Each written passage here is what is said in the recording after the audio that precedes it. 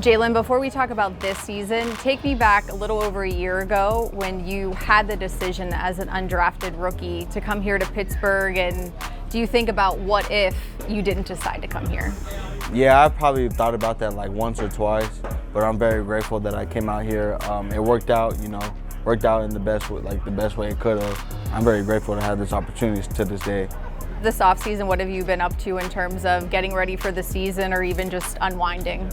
It was a lot. It was a lot to learn because I never had that much time off. So I definitely did take a lot of time where I wasn't like doing anything, just letting my body recover from the season.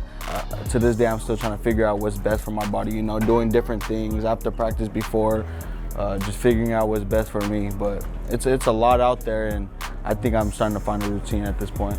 I know Najee's into yoga. Is he one of those guys you can lean on to say, hey, how do you get through a full season? Yeah, he actually gave me, some tips on how to take care of my body pre and post, practice, game.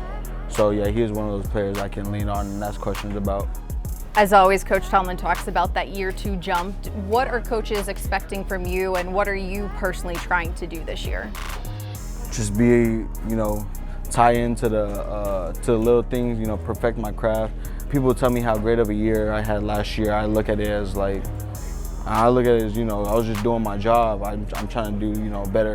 Whatever helps the team, make it to the Super Bowl, that's what I'm willing to do. You did have a great year though, and really helped the offense. Do you feel like you exceeded your own expectations?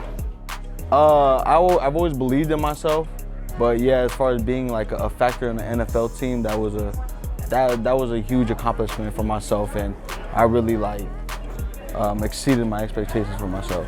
Was there a moment, a play, or a game where you were like, okay, this is real and I can do this and this is happening? Yeah, the second Ravens game over there at their place.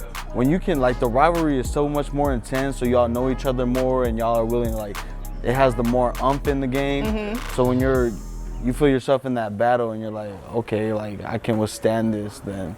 And when you're having fun doing it, mm-hmm. Yeah, it's a good feeling. Check down over the middle. The pass is cut. Running for the near sideline. Look out, Jaylen Warren, 20, and he's knocked out of bounds at the 16-yard line.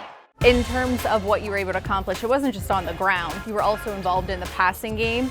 How comfortable are you with that in terms of getting more opportunities?